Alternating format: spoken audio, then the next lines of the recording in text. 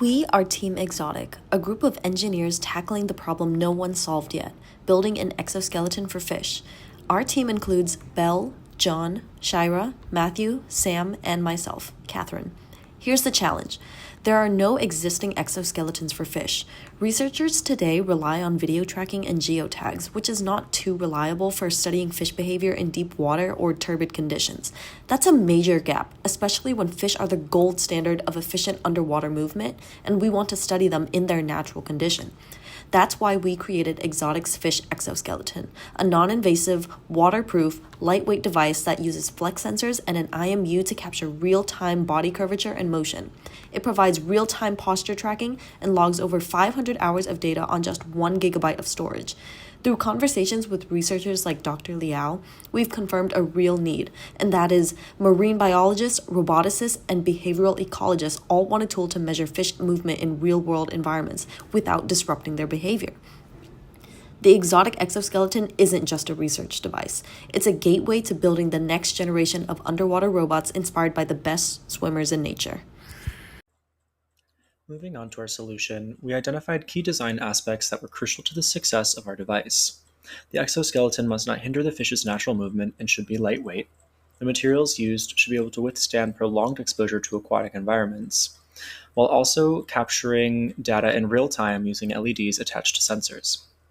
The exoskeleton should store curvature data for later retrieval on an SD card, and the PWM-controlled RGB LEDs should indicate posture-based feedback. This should also be expandable for future enhancements. Next, we identified measurable characteristics to test the success of our device. The exoskeleton should securely fit our fish species while allowing for natural movement. Our sensor readings should be within a 5% error margin and be able to maximize the hours of continuous data loggings. It should also operate at depths up to 1 meter without leakage, and the LEDs must change color according to our curvature data. Our power consumption should also be minimized. Our final solution was broken down into 6 specific subsections, each tackling a different aspect of our problem. The exoskeleton is the physical frame that houses all components of the system. It's designed to be lightweight, hydrodynamic, and minimally invasive to ensure the fish's natural movement is not disruptive. The exoskeleton provides mechanical support and is shaped to follow the fish's midline to accurately capture curvature data. This is 3D printed in resin. Next is the power subsystem, which supplies electrical energy to the whole system, including sensors, microcontroller, and LEDs. It's compact and waterproof, with enough capacity to power the entire system for the duration of data collection. The LEDs serve as the visual output, lighting up in response to midline curvature measurements. The real-time feedback aids in monitoring and validating sensor performance during experiments. The microcontroller is the brain of the system, responsible for processing data from the sensors and controlling the LEDs. It interprets curvature signals and transmits data.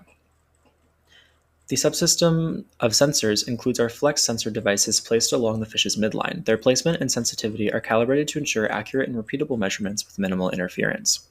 Finally, the biomechanics subsystem focuses on analyzing the fish's motion and overall well-being while wearing the exoskeleton. It also includes health and behavior monitoring protocols to ensure the device does not cause stress or impair natural locomotion. Our exoskeleton features a lightweight, non-invasive system that is embedded with multiple sensors to capture data in real time. Our device moves naturally with the fish, providing seamless, continuous insights and preserving authentic behavior. I have set up 3 core revenue streams for this business model. Those 3 are device sales and licensing. That's number 1. Number 2 will be data services and analytics. 3, partnership and integrations. To go over those, the device sales and licensing, we introduce hardware units sold or leased to research institutions or people of interest. And we can also introduce subscription for firmware updates and edge processing algorithms. For data services and analytics, we can provide cloud-based dashboard with analytic packages, behavior modeling, stress alert notifications, and environmental trend analysis. In addition, we can also provide custom reporting and consulting for regulatory compliance. For partnership and integrations, there are multiple collaboration with sensor manufacturers that can add additional modular systems into our exoskeleton. For future adjustments and roadmap, so what we plan to do if we had the time in the next 18 a year to year and a half, we would optimize the power, expand the sensor suite, AI-driven insights, scale manufacturing.